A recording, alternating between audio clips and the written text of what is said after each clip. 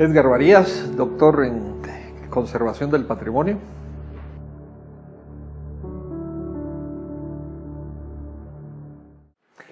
Bueno, lo que tenemos que pensar es que no es que el ser humano surja en un momento determinado, como quien dice, se enciende un switch y aparece el ser humano, sino es todo un proceso de hominización en donde hay una necesidad de establecer comunicación. De hecho, los pasos de ese proceso de hominización son muy extensos, ¿no? Es decir, es la parte más extensa de la historia de la humanidad. Y a través de por lo menos 4 millones de años va desarrollándose las capacidades que hacen diferente a la humanidad del resto de los animales. Entre esas características diferenciatorias es, en primer lugar, la cultura. ¿Y qué es la cultura? Sino el crear objetos que ya no se heredan biológicamente, sino se heredan socialmente. Aquí estamos hablando de, en primera instancia, la fabricación de instrumentos. Cuando los homínidos comienzan a fabricar instrumentos, necesitan... Una pregunta, sí. Pero cuando los homínidos empiezan a fabricar instrumentos, ¿ya estaban organizados en redes sociales o fueron actos aislados, no fueron parte de esa organización? Es que no pudo haber sido aislado por cuanto se necesitaba el transferir el conocimiento de una generación a la otra.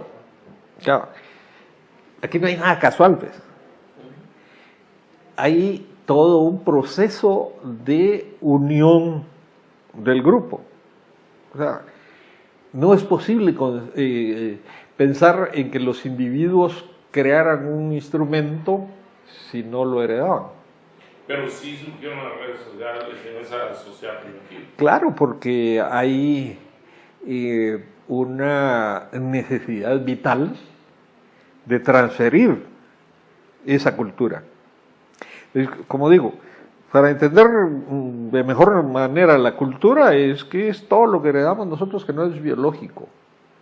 Por eso cuando los antropólogos, los geólogos, los arqueólogos identifican restos humanos, es precisamente a través de los restos de herramientas que han quedado. Y esas herramientas pueden ser líticas, de piedra, pueden ser huesos, pueden ser de madera, que la madera es un poco más flexible de desaparecer.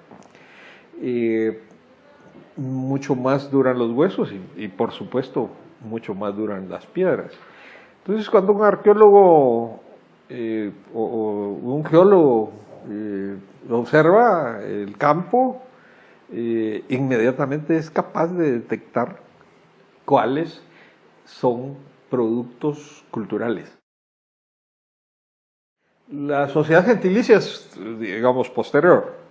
Tiene otro desarrollo. Claro. Los primeros grupos son grupos sin mucha organización social, como no hay una división social del trabajo aún, no hay una división tampoco sexual del trabajo, casi el trabajo era compartido para hombres y mujeres. Es hasta después que comienza a existir esas divisiones. Y solo es hasta cuando viene la revolución neolítica en donde comienzan a surgir ya apropiaciones de excedentes. Es decir, la revolución neolítica significa un avance sustancial para la humanidad, lo que significa una mayor producción. Pero la mayor producción va a implicar el que uno se apropie de los excedentes del trabajo colectivo. Precisamente, es que por eso le decía que es muy importante ponerle atención a la cuestión de la cultura. Una horda no es sencillamente una reproducción biológica. Sino Como los animales. Claro, ¿No? Por ejemplo. sí. O sea, un animal crece, se desarrolla y desarrolla instintos. Y por instinto en la punta. El ser humano aprende a ser humano cuando adquiere la cultura. Es decir, cuando comienza a adquirir hábitos que no son transmitidos biológicamente. Ahí es muy importante el lenguaje. Las sordas no es que no tuvieran lenguaje, por supuesto que tenían, ya tienen. No tienen sistemas estructurados de escritura, para ponerlo de alguna manera, pero las formas de comunicación sí son absolutamente vitales. Y hay un cambio cuantitativo muy grande entre los homínidos de las hordas hacia los clanes. Sí, sí, digamos el clan ya representa un tipo de organización en donde sí ya comienza a haber diferenciación entre grupos dirigentes y grupos dirigidos. Y ahí hay división de trabajo. No hay todavía una división del trabajo muy específica, pero sí comienza a haber una división en cuanto a las tareas que desempeñan. Podemos hablar nosotros de división social del trabajo cuando ya hay una especificidad, surgen los agricultores, hay una domesticación de las plantas silvestres. Ahí surge la agricultura y hay personas que comienzan a especializarse en la agricultura. Entonces ya no es todo el grupo que se dedica a hacer las mismas tareas, sino ahora hay unos especializados en agricultura.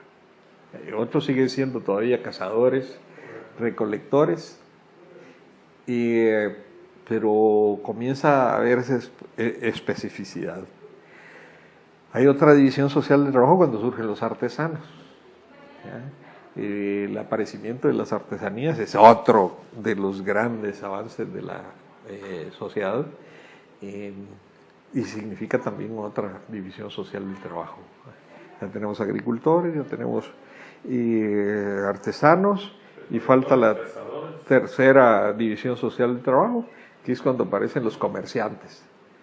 Y eso es importante porque los comerciantes ya no van a ser productores, sino lo que van a hacer es intermediarios, distribuidores del trabajo ajeno, ¿no? Y quedándose con tus productos. Absolutamente. Entonces, cuando se desarrolla esa división social del trabajo, es donde comienza a aparecer la propiedad privada. Y comienza a surgir entonces el Estado. Ahí la necesidad de la comunicación y por tanto las redes de comunicación se vuelven cada vez más complejas. Porque entonces comienzan a dictarse normas, ya con el Estado se dictan normas en donde preparan las funciones de cada uno de los grupos en la sociedad. ¿En qué momento surgen las redes sociales humanas? Ya, aunque ya nos las explicó que son al final una construcción social y del avance de los dominios, pero en su función dentro de las sociedades esclavistas y feudalistas. Es decir, cómo estas redes sociales o esta organización y división del trabajo de la sociedad esclavista pasa, en primer lugar, a las sociedades, de las sociedades primitivas a las sociedades esclavistas y feudalistas, y cómo la organización social cambia. O sea, porque si el resultado del proceso del desarrollo de las redes sociales es la cultura, ¿qué cambio cuantitativo hay en esas redes sociales entre esa sociedad primitiva y la sociedad esclavista? ¿Qué vienen ustedes de esas hordas y esos clanes respecto a por ejemplo, las ciudades-estados de Grecia? Ajá. La gran diferencia es en las relaciones sociales de producción. Hay unos que son los productores y hay otros que se apropian del trabajo de los productores.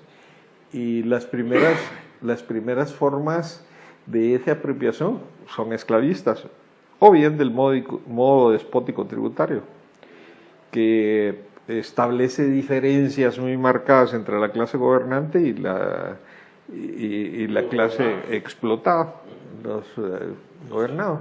En un caso, el esclavo es propiedad privada, como cualquier herramienta, del esclavista. Entonces, el Estado es un Estado que mantiene esa situación. El Estado como red social ya viene a ser un cambio cuantitativo con respecto a la sociedad. Claro, porque dicta las normas. Hay normas en la... Claro, ¿ya?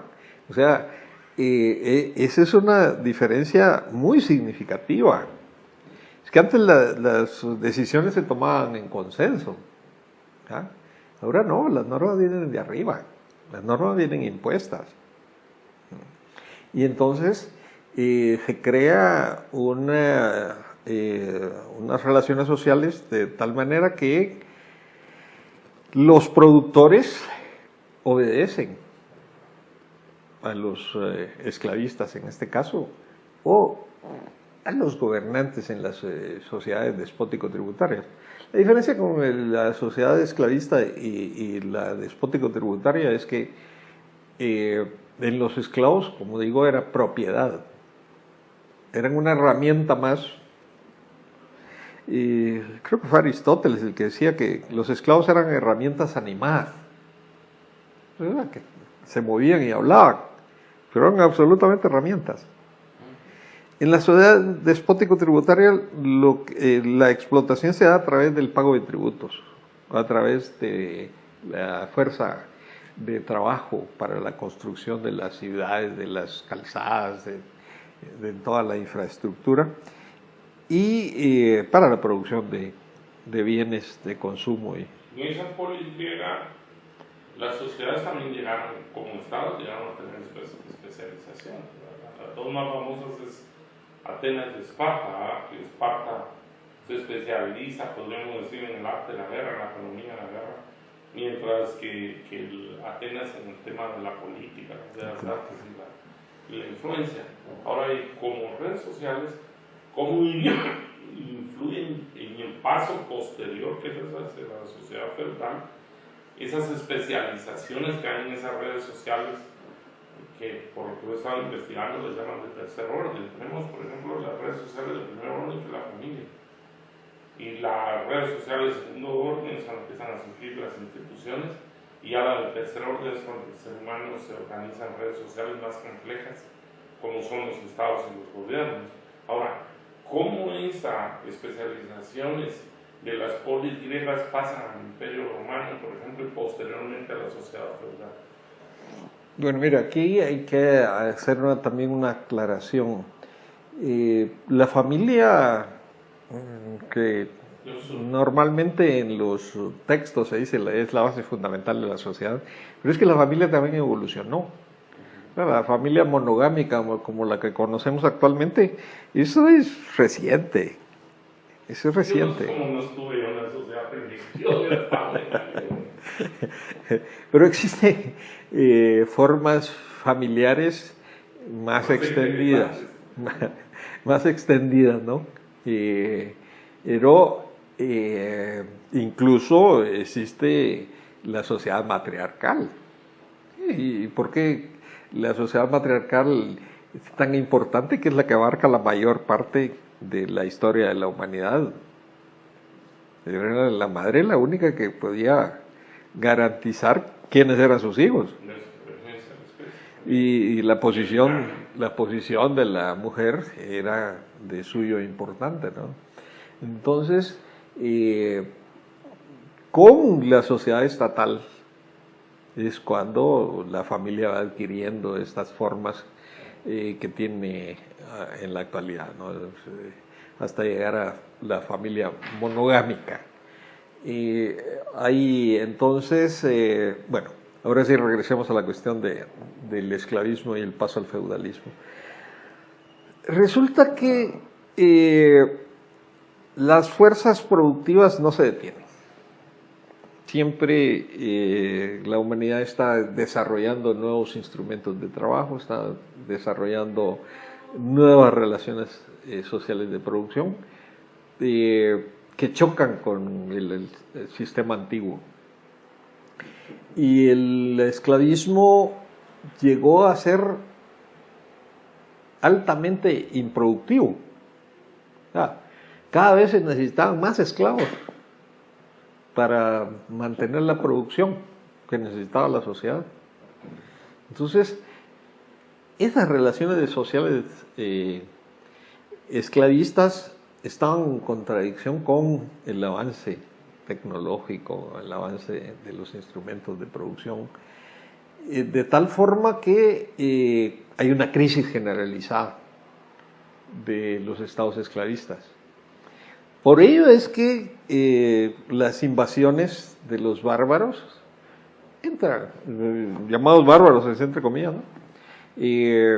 Entran con toda facilidad y llegan a destruir un estado tan poderoso como había sido el estado romano, es decir, un imperio formado a través de una estructura político-militar económica expandida por una área geográfica bastante extensa, ¿no? Entonces, pero digo, es esa poca productividad que va desarrollando. Recordemos que los esclavos, el principal incentivo del trabajo era evitar el castigo. No había ningún otro incentivo que evitar ser castigados. Entonces, cada vez más se necesitaban más y más y más esclavos para la misma producción, para que funcionara el sistema. Entonces, digo, al entrar en crisis el Estado romano, hay una disgregación. En donde antes había un imperio, ahora se formaron innumerables reinos, ¿no? Y dentro de cada reino, feudos. Los señores feudales llegaron a adquirir prácticamente una autarquía. ¿Qué es eso de la autarquía? Se produce todo lo que se consume y se consume todo lo que se produce. Es decir, no hay vinculación con los demás feudos. Es a crearse una estructura piramidal en donde los reyes tienen algún tipo de vinculación con los feudos, pero son los señores feudales los amos y señores de la... Aquí ya los siervos, que son los trabajadores, los productores, ya no pertenecen como esclavos al señor feudal, pero sí dependen de él, dependen de las tierras del señor feudal. Pero toda esa construcción económica y social de base, ¿cómo afectan las relaciones de alrededor? Es decir, bueno, ahí está el esclavo como herramienta animada en la sociedad esclavista que lo hereda la sociedad feudal. Solo que ahora el vasallo, eran los esclavos y un vasallo, y gana un poco como de libertad en relación a la vida anterior del esclavo, que era propiedad total del señor esclavista o de los estados esclavos. Con respecto a la organización social, ¿cómo les digo? Ese cambio en respecto de ¿cómo se llama? De evitar el castigo hacia trabajar para producir un tributo para un señor feudal, ¿cómo afectan las relaciones humanas? Ya, es que mire, pues, en la sociedad esclavista hay una estructura en la cual el Estado garantiza la propiedad de los esclavos por parte de los esclavistas. O sea, el Estado ratifica y garantiza que el que es esclavo pertenece a un señor, a un amo. ¿Sí? Aquí hay que hacer una diferenciación en el feudalismo entre siervo y vasallo, que no es lo mismo. El vasallo es el que está supeditado a un señor. Entonces el rey es un señor y tiene sus vasallos, que son señores feudales. Y los señores feudales, es posible que tengan otros señores feudales debajo de ellos y después termina la pirámide en donde los señores feudales tienen sus siervos. Entonces hay una relación de vasallaje en toda esa estructura. Entonces, para mantener esa estructura interviene las características de lo político, pero también interviene lo religioso. En las sociedades esclavistas y en las sociedades despótico-tributarias, en las sociedades feudales, la religión va de la mano absolutamente con ese sistema. La religión viene a moldear, la religión y el derecho vienen a moldear un poco las relaciones de esas redes sociales. Es que precisamente son las que imponen las normas para el funcionamiento de la sociedad. Por ejemplo, el tema del matrimonio.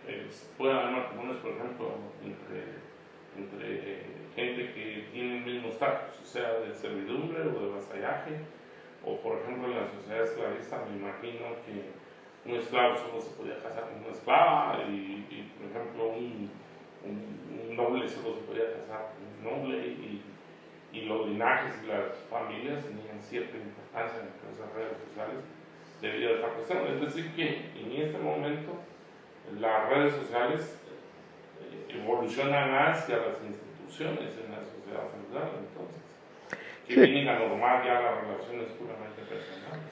Lo que tenemos que ver aquí es que cada vez más las redes sociales se van volviendo más complejas, ¿no? Porque de un sistema, digamos, bastante sencillo, como el esclavista, en donde hay un amo y hay un esclavo, las relaciones ya entre siervos y vasallos y los monarcas, ya esa es una relación diferente. Y es una relación diferente también respecto a la religión.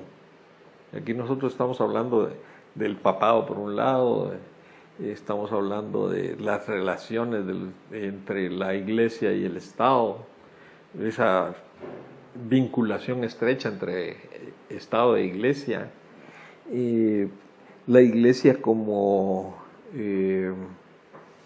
la encargada de la ideologización. Toda la etapa de la Edad Media es la iglesia la que genera la educación, la que genera los conocimientos, la transmisión cultural. Aquí es donde este mismo desarrollo de las fuerzas productivas hace también que entre en crisis el sistema feudal. Comienza a crearse cada vez más un absolutismo de parte de los monarcas. Los monarcas, a través del desarrollo de las ciudades, comienzan a ser más importantes que el campo. En el feudalismo lo importante es el campo, las relaciones sociales que se dan en el campo. Pero con el surgimiento de las ciudades, con el surgimiento de los burgueses, el paulatino crecimiento de una población trabajadora que ya comienza a estar desvinculada de los medios de producción. Un esclavo y un siervo están vinculados al medio de producción. O sea, esas redes sociales que están en la punta de la pirámide por el tema consanguíneo, por el tema político, por el tema del manejo de la evolución de las redes, comunicarse de los nobles, viene prácticamente a cambiar la relación social con las otras redes sociales que están en la parte de abajo de la pirámide. Sí. De tal forma que se trajeron atrás del sistema ahí en Francia y con la revolución industrial. Vamos a dar un salto como 10 siglos. Ahora, ¿cómo el sistema capitalista y el sistema comunista, los dos, porque los dos sistemas lo hicieron, establecen medios de control de las masas que la población pues, creciendo geométricamente, ¿verdad? De unos cuantos seres humanos en la sociedad primitiva, ya se pasó, podríamos decir, a grandes masas organizadas en las sociedades esclavistas, ¿verdad? Estaba leyendo el otro día el tema, por ejemplo, de Esparta, que lograba agrupar hasta 500.000 de personas en algunas batallas contra los medos y los persas, pero también los persas llegaron a agrupar, imagínense, 1.000.000 de gentes en ese entonces, eran masas increíbles de gentes. Ahora estamos ante la caída de ese sistema feudal y hay podríamos decir en la evolución de la historia de la humanidad los modelos económicos que comparten el área geográfica que es el capitalismo y el socialismo. ¿Qué hacen estos dos sistemas para controlar a la gente? Es un mito ese tema de los estudios de redes sociales. Es decir, por ejemplo, yo quiero controlar la alta alfaría, no controlo la alta alfaría, nada más. Sino tengo que estudiar quién es su papá, su mamá, quién es su hermano, dónde trabaja, quién es su amigo, cómo piensa, en qué equipo juega, cuál es su ideología. Son ciertos ya estos estudios de redes para controlar a la humanidad posterior a la sociedad feudal. ¿O son mitos? Le voy a poner un ejemplo. En Costa Rica se decía hace algún tiempo que no necesitaban ejército para controlar a la sociedad porque tenían a los profesores, tenían a los maestros. La escuela es una de las formas de control social. Es una forma de reproducción del sistema. Si nosotros vemos al obrero, un obrero que está desvinculado de los medios sociales de producción, ya no está sometido como el esclavo, como el siervo, que además es libre de contratarse. No es que sea libre de trabajar o no trabajar, sino es libre de contratarse. O sea, un siervo, ese nace para un señor feudal, sus hijos van a seguir con ese señor feudal y los nietos y los bisnietos y todo. El obrero, el proletario no. El proletario se ve obligado a vender su fuerza de trabajo al mejor postor. Y entonces, digamos que es libre en ese sentido. Y como está desvinculado de los medios de producción, necesita esa vinculación y eso se lo da el salario. Entonces, ¿cómo se vincula el proletariado con la burguesía? A través del salario. ¿Y qué es el salario? Sino un pago para que mantenga y reproduzca el sistema mientras los capitalistas se aprovechan acumulan la plusvalía, el excedente.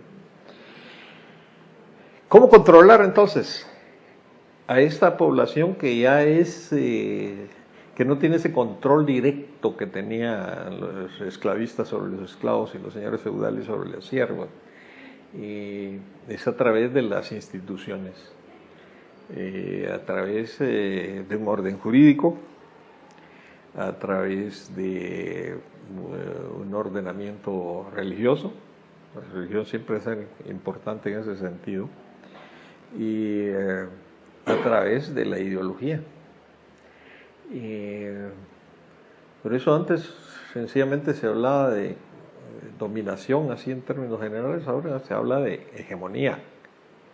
¿Y qué es la hegemonía? La hegemonía es el control social a través de redes sociales. Liderazgo. Pero las redes sociales, aquí la pregunta básica es, por ejemplo, en las sociedades comunistas, algo de lo que vendían las sociedades, entre comillas, autodenominadas democráticas, era el tema de la libertad. Que, por ejemplo, en el mundo occidental se podía ser libre porque no existía el control de los aparatos de seguridad del Estado. Pero que, por ejemplo, las sociedades comunistas eran mucho más controladas que las sociedades occidentales. yo por lo que he estudiado es al revés. El control es más severo en las sociedades occidentales que en las sociedades comunistas, por el uso, por ejemplo, de la tecnología y por el avance en el estudio de las redes sociales. Si no miramos este tema de las redes sociales ya virtuales, ¿qué pasa, por ejemplo, con Facebook? La gente no lo ve como lo veo, por ejemplo, que es una base de datos. O sea, la gente lo ve como un canal de comunicación, la gente lo ve como un entretenimiento. La gente sirve de su información. Es decir, la gente sirve de su información.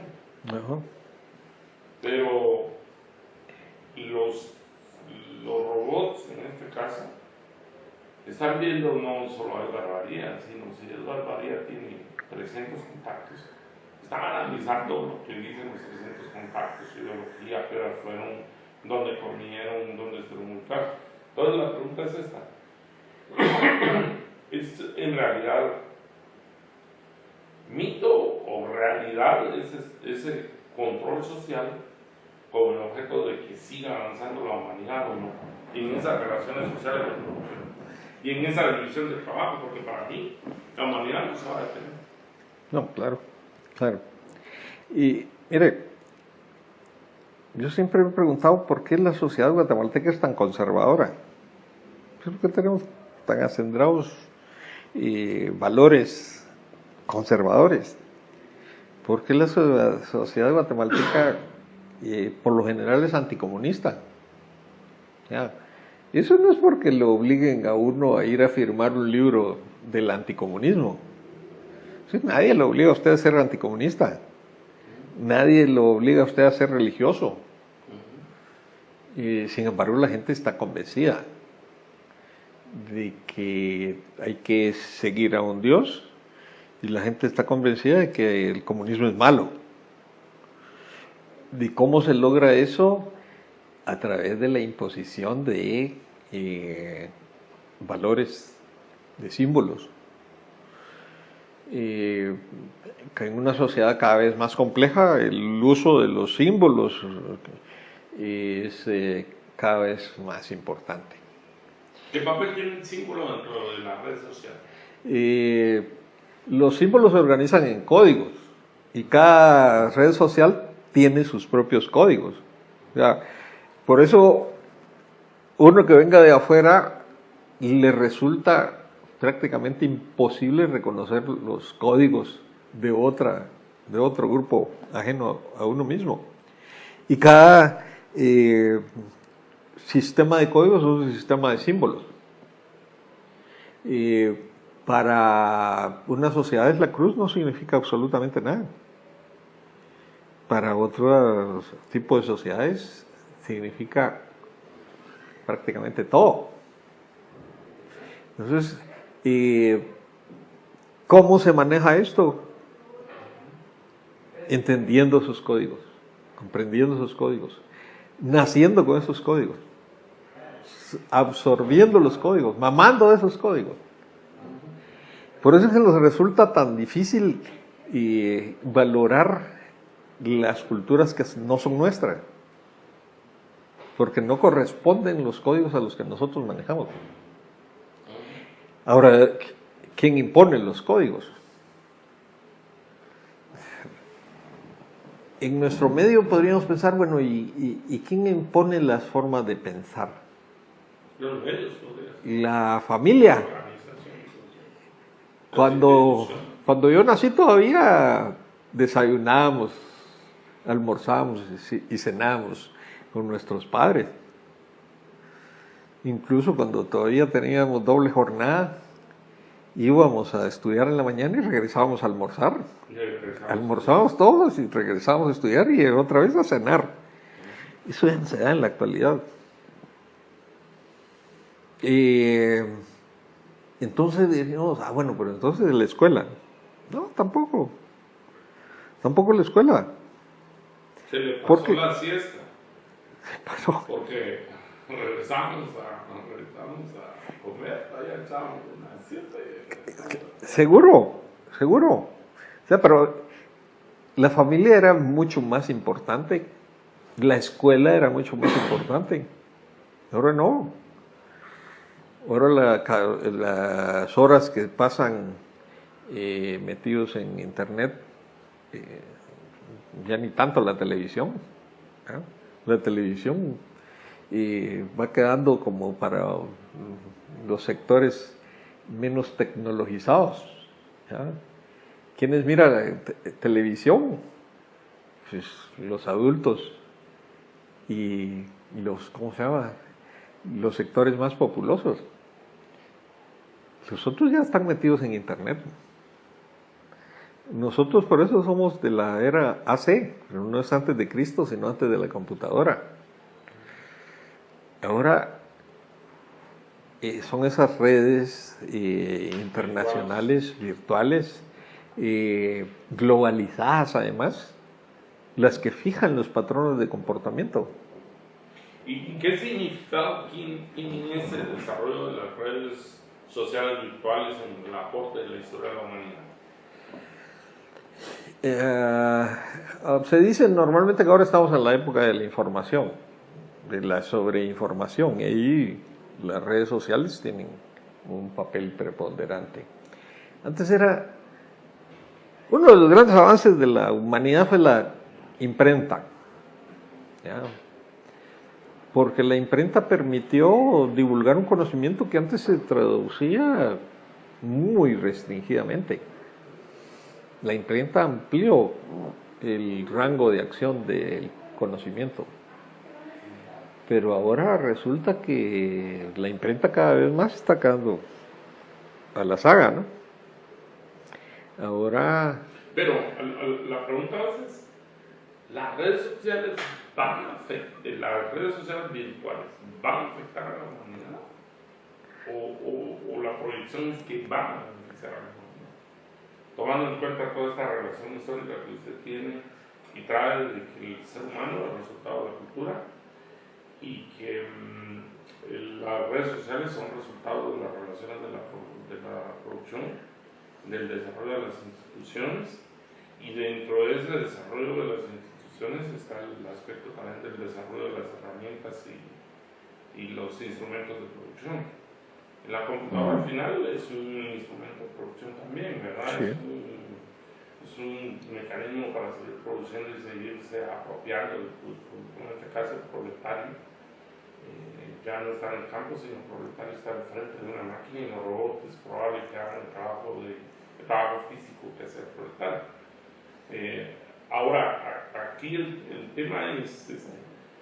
¿van en realidad las redes sociales a impactar a la humanidad de tal forma que va a haber una nueva revolución social, un nuevo cambio de vida, un nuevo orden? Mire, en lo económico especialmente, ¿verdad? Mientras haya apropiación privada del capital, no. Obviamente, a tal nivel no. Al contrario, lo que pasa es que los fenómenos de la globalización lo que tienden también es a globalizar la dependencia. ¿Ya? Y el control social. Y absolutamente, ¿no? Y ya cada vez más el control social es más sofisticado. ¿Es la realidad es más público o más privado ahora en las redes sociales? Esa es una pregunta bastante compleja, porque...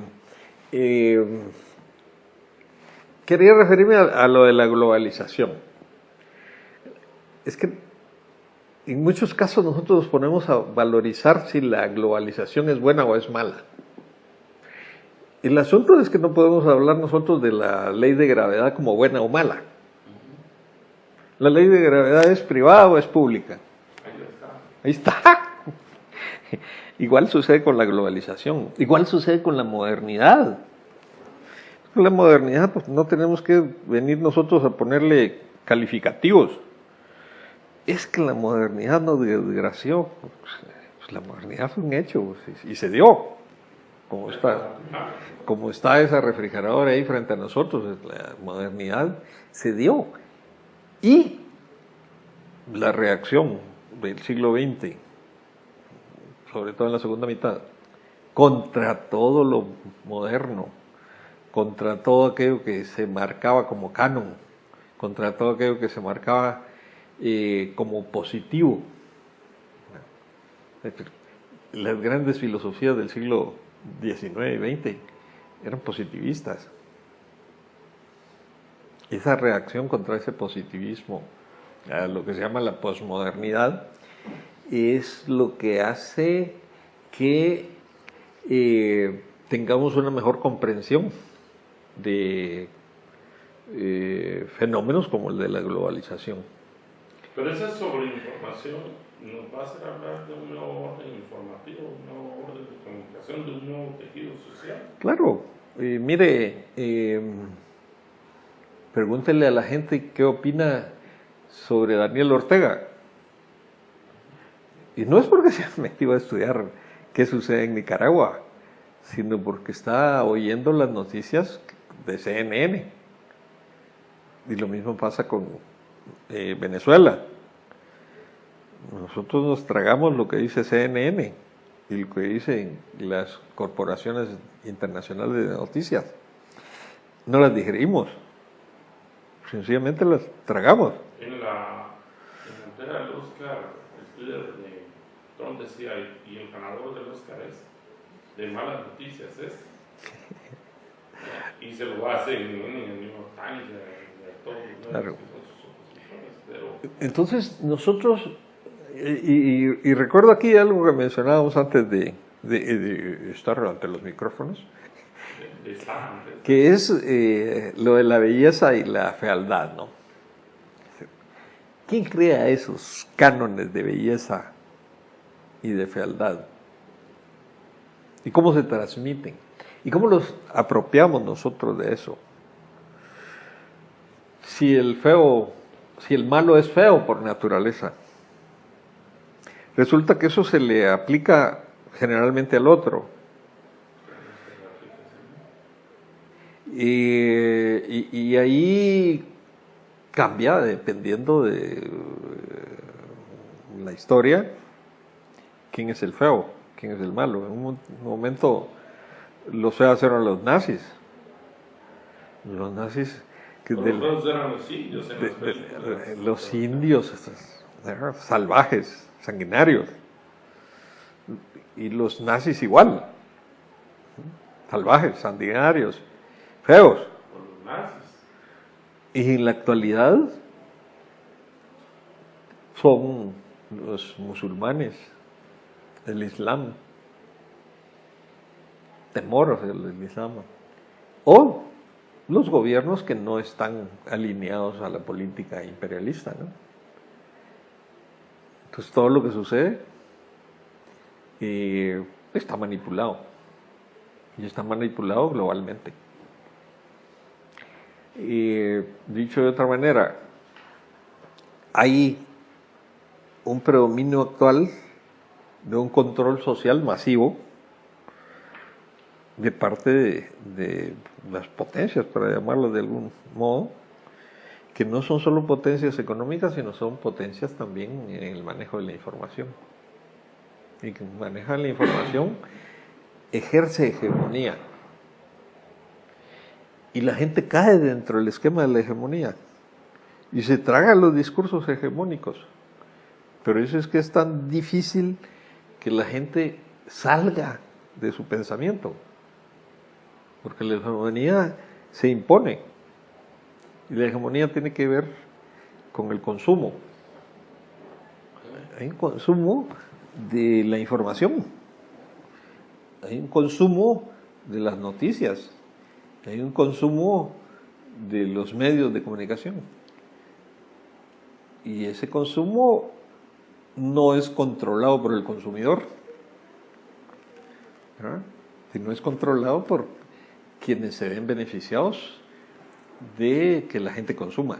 Bueno, de 1900 a 2016, en la historia de la humanidad, donde más evolucionan las redes sociales, a tal punto que en el año 2000 es donde surgen las primeras redes sociales virtuales.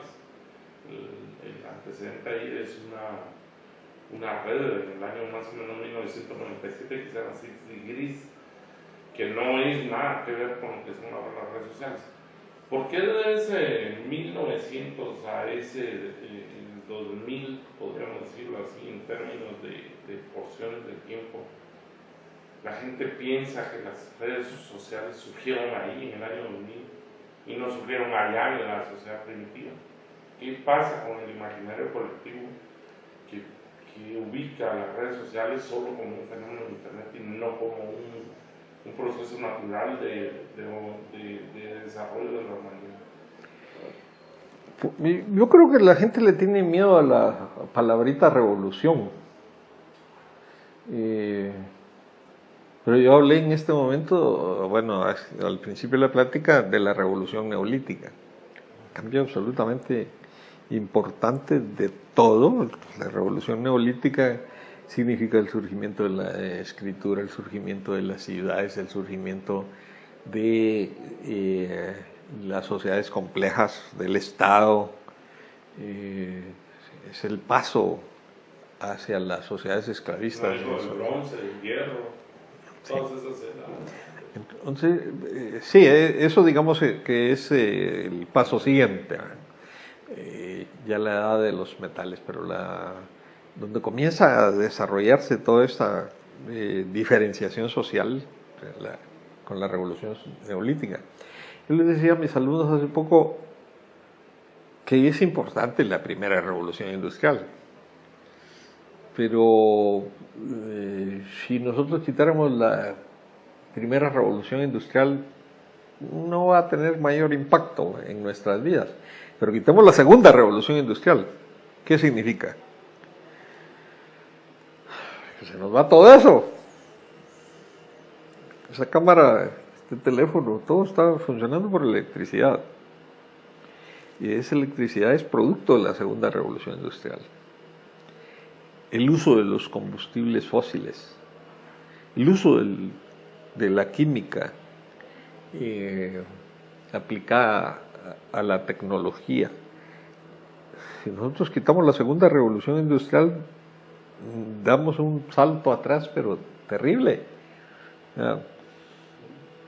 Estos nuestros hijos que crecieron con el celular, que crecieron con la tablet, que crecieron con la computadora, ¿y qué harían sin los productos de la segunda revolución industrial? Llegaríamos a un caos, pero absoluto. Suicidios masivos. Una descomposición social tremenda. Entonces, hay ese como miedo a esos cambios que son revolucionarios, pero que así como el revolucionario se asocia al comunismo, la revolución en términos generales significa la destrucción de nuestros valores. Es decir, como si los ateos, los materialistas, los musulmanes, los hindúes no tuvieran valores. No tienen nuestros valores. No tienen sus valores propios. Entonces, esos temores son los que se ven afectados cuando hay una necesidad del cambio. Ahora, ¿qué va a suceder con estos niños que ya no van a escribir con los 10 dedos como lo hacíamos nosotros, sino básicamente con los pulgares? Ahí van a haber cambios que tarde o temprano van a afectar la evolución de la humanidad. Como individuos históricos, como acumulación de cultura y de relaciones de producción, otra vez va la misma pregunta que le hice. ¿Qué diferencia hay entre Edgar Varías de hace especialmente 15 años y este Edgar Varías? ¿Es público este Edgar Varías? ¿Más público que el de hace 15 años, 20 años? ¿Más controlado, menos controlado? ¿Es una figura pública o no es una figura pública? Muchísimo más público. Antes, vamos a ver, no pensemos en Edgar Varías, sino pensemos en Caruso. Don Caruso cantaba sus arias ante un público y conocían a Caruso los que estaban enfrente de él. Pero cuando se inventó el fonógrafo, Caruso pudo llegar a un montón de gente que ya no tenía necesidad de estar en contacto con él. Es decir, cuando surge la reproducción mecánica del arte y de las imágenes, nosotros perdemos el aura de lo original, diría Benjamin, ¿no? Y esa aura que tiene lo original se pierde al ser reproducido masivamente. Se crea la cultura de masas. Ahora es muy fácil que yo me meta a internet y escriba el nombre de Edgar Varías y me va a aparecer un montón de resultados. Varios Edgar Varías también, ¿ves? Pero si se trata de seguirle la pista a un historiador de la escuela de historia, pues ahí va a aparecer. Y eso es lo que la gente puede controlar. O puede poner uno, Edgar Varías Guatemala, por ejemplo, y reduce los cambios. Claro, pero aquí, no, y estaba hablando de Guatemala, porque hay un médico de aquí de la Universidad de San Carlos que se llama Edgar Varías también. Pero el asunto es que lo estamos viendo solo a nivel de uso individual. Pero ¿qué pasa con las grandes redes sociales como Facebook? Que tienen acceso a cosas que usted ni siquiera recuerda. Sí, la Big Data, ¿no? ¿Ya? O sea,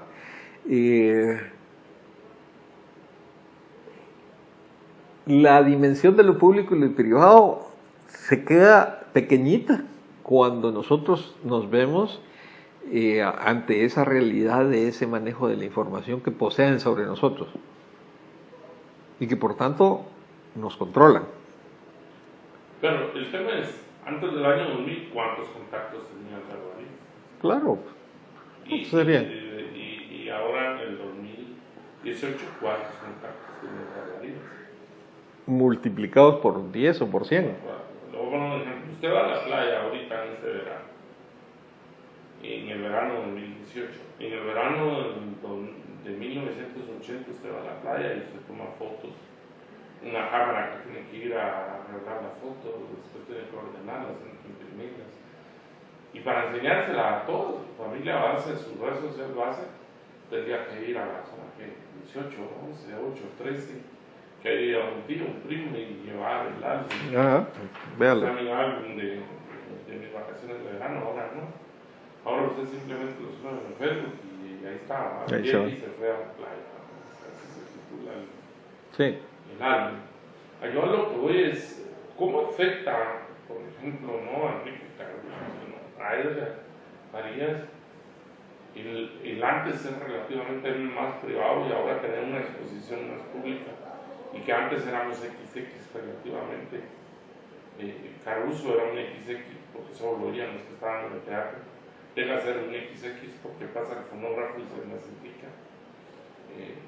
Pero aquí lo que sucede es que millones de humanos que éramos XX tenemos esa misma posibilidad de masificación que tuvo Caruso, sin ser Caruso. Es decir, nosotros no tenemos ninguna gracia como para pasar a ser público, sino es simple y sencillamente ese desarrollo de la tecnología que mete la relación de las redes sociales, la admite en un programa, en un algoritmo y lo dinamiza. Entonces, claro. ¿Cómo ese cambio de privado a público va a afectarnos? Uno en el individual, pero también en nuestras relaciones sociales.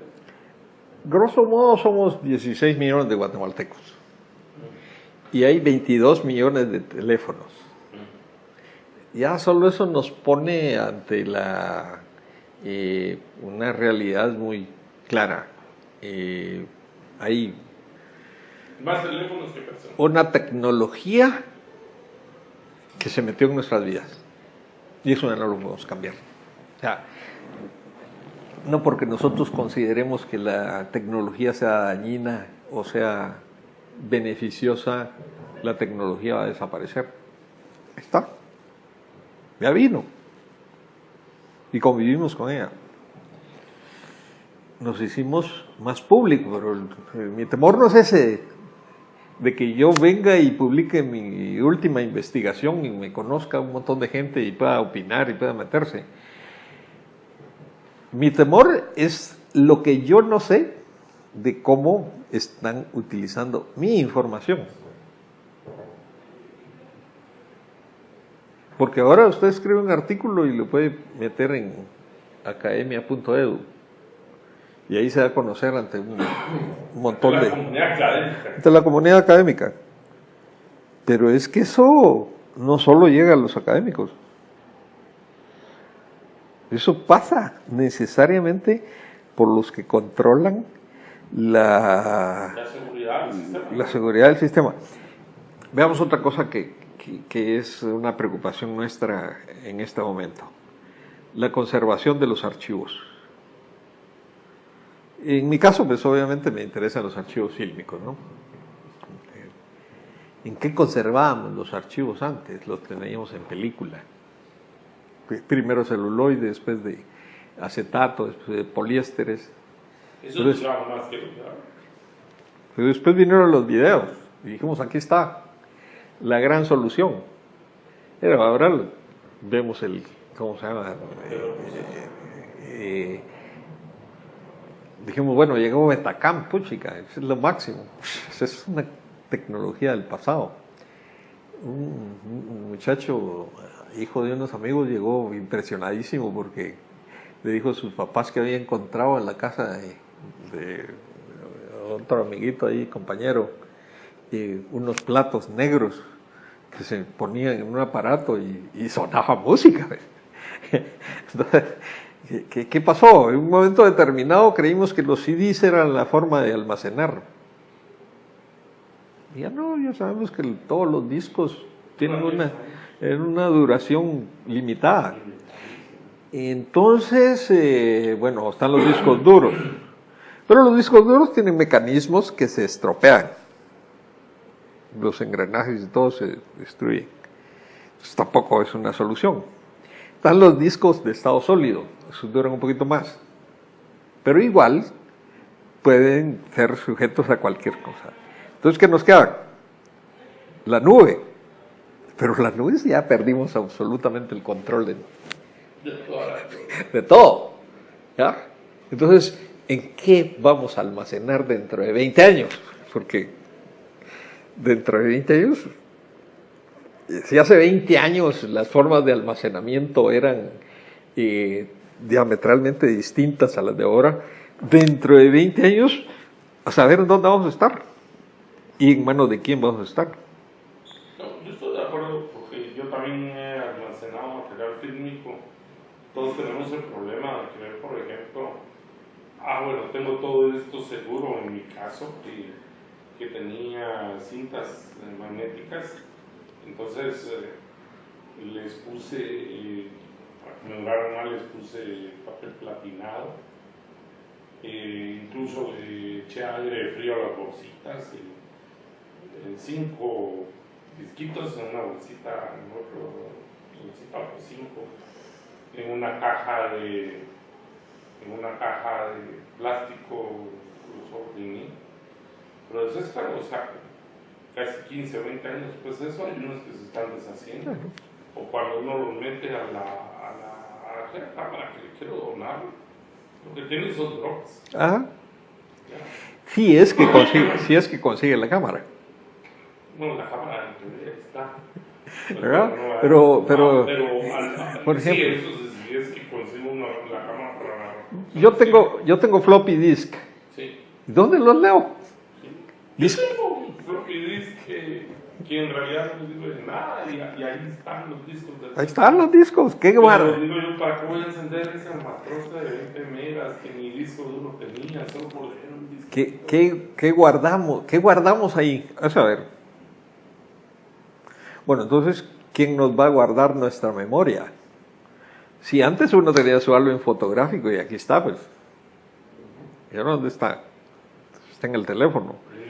Pero en el teléfono lo cambian 2 años. ¿Y No, dónde? Incluso de esa relación de familia me manda hace que las empresas que se dedicaban a hacer fotos, por ejemplo, ¿cuánto valía una foto en los años 80? Era cara, parece que 3 pesos, 6 pesos, eso era caro, porque no ganamos tanto. Pero ahora, ¿qué hicieron estas empresas? Ahora la foto vale un quetzal, otra foto vale un quetzal. Lo único es que la gente no quiere imprimir las fotos. No. Entonces, el hecho de oferta y demanda hicieron que en lugar de subir, a pesar de que estas tienen mucho más calidad, en lugar de subir, pues entonces bajó el precio hasta el punto de llegar a un quetzal, una foto que valía 6, 7, 8. Y creo que va a desaparecer esa industria, toda la cuestión, pero ¿usted considera que las redes sociales nos van a hacer a todos figuras públicas y que en un determinado momento, por un descuido, podamos llegar por contenido, con un error a millones de personas? No, de hecho, no, ya, lo que pasa es que nosotros no nos damos cuenta.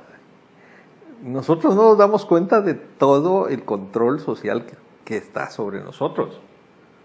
Porque claro, eso sale cuando hay algún clavo así como el de Facebook. Pero hoy salió la noticia que Facebook ganó el 30% de aumento de sus ventas, a pesar de que se le quiso enjuiciar. Y que perdió 50 millones. Perdió 50 millones y ahorita ya los está recuperando. ¿Quiénes son los líderes económicos mundiales individualmente? Carlos Slim de las comunicaciones, Bill Gates. O sea, ya no eran los multimillonarios de hace 20 años. Ahora son otros. Ahora son otros. Y entonces, y nosotros, el problema es que nosotros vamos a la saga en nuestro pensamiento de todos esos cambios. Y le pongo un caso. De la legislación sobre la propiedad intelectual. Se supone que 50 años, 75 años, la propiedad intelectual desaparece para ser del dominio público. Las películas de Walt Disney están para ser del dominio público, cualquiera las podía usar. ¿Y qué hizo Walt Disney? Las desapareció del mercado y sacaron copias remasterizadas. Entonces resulta que ahora esas copias remasterizadas tienen otros 50 años de propiedad. Pero la legislación siguió siendo la misma de antaño, ¿no? Entonces no hubo una capacidad de prever ni de acomodarse a esas nuevas circunstancias. ¿Ya? Entonces, estas grandes compañías siempre salen ganando. En términos emocionales, psicológicos y como individuos, como seres humanos, ¿estamos mejor o peor con estas redes virtuales? Es que no estamos ni mejor ni peor, sino somos diferentes. Yo no lo pongo con una valoración de ni moral, ni ética, ni nada. Pero si no lo pongo, somos diferentes. Nuestra universidad ya no es la universidad a la que entramos nosotros. No. Esa es otra. Por ejemplo, nosotros como escuela metimos hace más o menos 2 meses una solicitud al Consejo Superior Universitario que la primera unidad académica semipresencial sea esta. Es decir, que ya no vamos todos los días a clases, y los alumnos que vengan todos los días a clases. Y para no perder la relación con la universidad, nosotros sí tenemos que seguir viniendo y cumplir con nuestros contratos de trabajo para seguir teniendo esa vinculación. Pues si no, va a haber un retroceso muy grande en temas de derechos laborales, ¿verdad? Con los docentes. Pero con los, por ejemplo, el otro día le pregunto a estadística cuántos alumnos tenemos en el 2017, me dijo 256,000. ¿Y cuánto tenemos en el 2018? Pues tenemos 282,000, 83,000. Es decir, la diferencia entre un año y otro son 23,000 estudiantes nuevos. No vienen todos aquí todos los días, pero este problema de asignamiento de carros, de vehículos, de seguridad, toda la cuestión, para mí solo se va a arreglar si entendemos un poco el efecto Google y se va a la universidad hacia una plataforma virtual. Okay. Y dejamos de venir de esa paga de construir torres de apartamentos o de poner, como le dijera, partidos hidráulicos, no va a funcionar. Y el sistema de que vengan los profesores va a funcionar un tiempo. Pero ya después los profesores van a dar las clases desde sus casas. Pero que nos sigan pagando también. Eso sí, que nos depositen a tiempo. Que nos depositen a tiempo y que sigamos vinculados laboralmente. Muchas gracias.